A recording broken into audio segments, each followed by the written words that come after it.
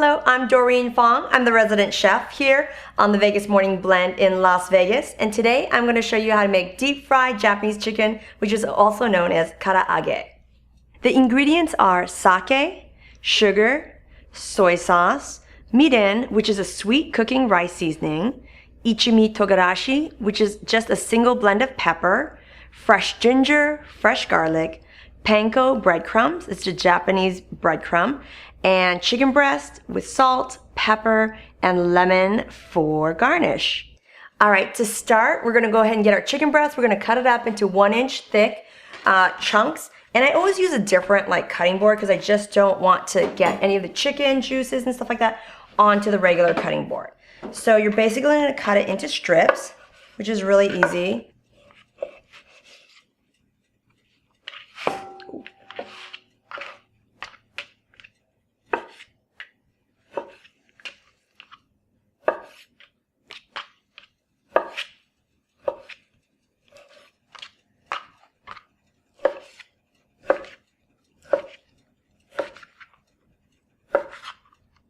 All right, once the chicken is all cut up, we're just gonna go ahead and put it in our bowl.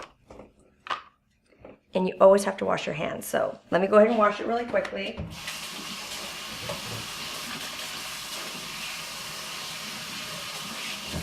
All right, let's get rid of this. All right, next, really easy, we're gonna grate some garlic in here. I'm gonna do 3 cloves of garlic, and this is a microplane grater, which is really easy to use, and it gets a really fine grate on your garlic, which we really like. And that way you don't have big chunks of garlic inside, okay? And it goes really quickly. All right, so we'll do part of that, and just get that all in there. Now, a lot of times karaage is made with different things like, you can put potato starch for extra crunchiness or cornmeal. And it's just really great because normally you actually fry it up twice. But today we're only going to do it once. And then that's why I'm using panko bread. All right, next I'm putting in the ginger. You're going to just do a little bit of ginger because this ginger is really strong, okay? So you don't want to overdo it. All right, now I'm going to put in the sake. Just a couple tablespoons. All right. Next, a little bit of the soy sauce. And I like the Aloha Shoyu. It's not as salty, say as like Kikkoman brand, but you can always just adjust.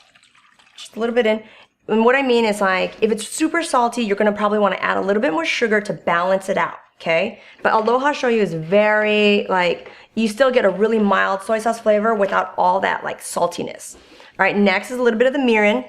Mirin is actually how you're supposed to say it, but people say mirin, and it's just a sweet cooking rice wine seasoning. We're gonna put about 1/4 teaspoon of pepper in here. Love pepper, and you can use fresh cracked pepper if you want to. I'm also doing about 1/4 teaspoon of salt because the Aloha Shoyu isn't that salty. And now we're gonna put some sugar in. And again, if you're using something like Kikkoman, which is a little bit more salty, you can add a little bit more sugar. But I'm doing about 2 teaspoons, okay? All right. You always want to balance it out, sugar and saltiness. All right. Now, after that's all done, you're just gonna mix it all up, and you're just gonna let it marinate. And it's gonna marinate for, I would like to say, about 3 to 4 hours. That way all the flavor goes in because you've got these really great big chunks of chicken. So you want the marinade to just really get inside there so when you eat it, it's really flavorful. All right, let me grab the one that I already pre-marinated, okay? All right, so here we go. And you can see that the chicken has really absorbed a lot of this marinade. So all that wonderful flavor's in there, which is awesome. All right, now, this is the best part. Who doesn't love fried food? All right, let me set this aside. Now, the Japanese panko. Instead of just putting it in a bowl, I actually put it in a Ziploc bag, which makes it really easy. Now, earlier I was talking about potato starch and all that kind of good stuff, but what I'm doing is I'm using pankos so it goes a lot more, it gets really crispy very quickly and you don't have to fry it twice.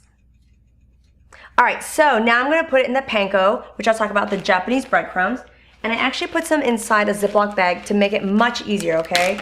Nobody likes a big old mess. All right, so really easy. Well, for those of you who want to use your chopsticks, you can. Because I don't like to put too many at once because it just gets all gloppy and it's a big mess.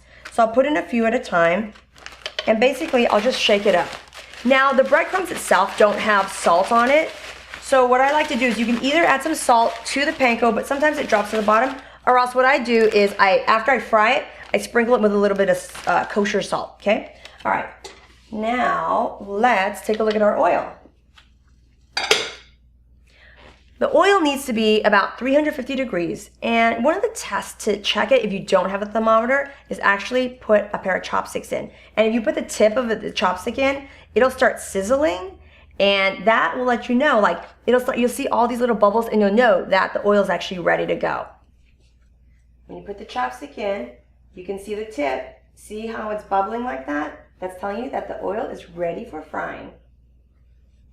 All right, did you like that tip? See, Chinese people don't use thermometers. So as a kid, my mom always used chopsticks, and that always let us know when the oil was ready. All right, now I have these pieces, and they're lightly coated, so it's not gonna be this heavy breading or anything like that. So it'll be really light and crispy. And you don't ever wanna put too many in a pot at once, because the oil will cool down too fast and your chicken will not cook. All right, so when you're cooking the chicken, it's really gonna take just a few minutes, but if you're at the right temperature, you're gonna know that it's gonna like turn nice and golden brown, which is really important, and it'll take a little bit of time, like I said, just like a few minutes. And see, this is like perfect. Now, if your chicken turns black like immediately, that means your oil is too hot, okay? And you're either gonna put this on a little rack, a wire rack to cool, or you could put it on top of some paper towels and it'll drain some of the oil. I have some like fry paper on here, so it'll just absorb all of that oil. And see how nice and golden that is? All right, we're almost done. I think that's like a baby piece. All right, look how cute this is. Let's move this chicken. All right, so when you're doing this as a little appetizer, this is great. And remember, do a little salt on top. And just to finish it off, you're gonna put a little bit of lemon on there. Fried food really needs some lemon and the acidity, which is great, okay? So put that on the side. And my favorite thing is the ichimi togarashi, which is the single Japanese chili pepper. And you're just gonna put a little on top. It just gives it a little kick.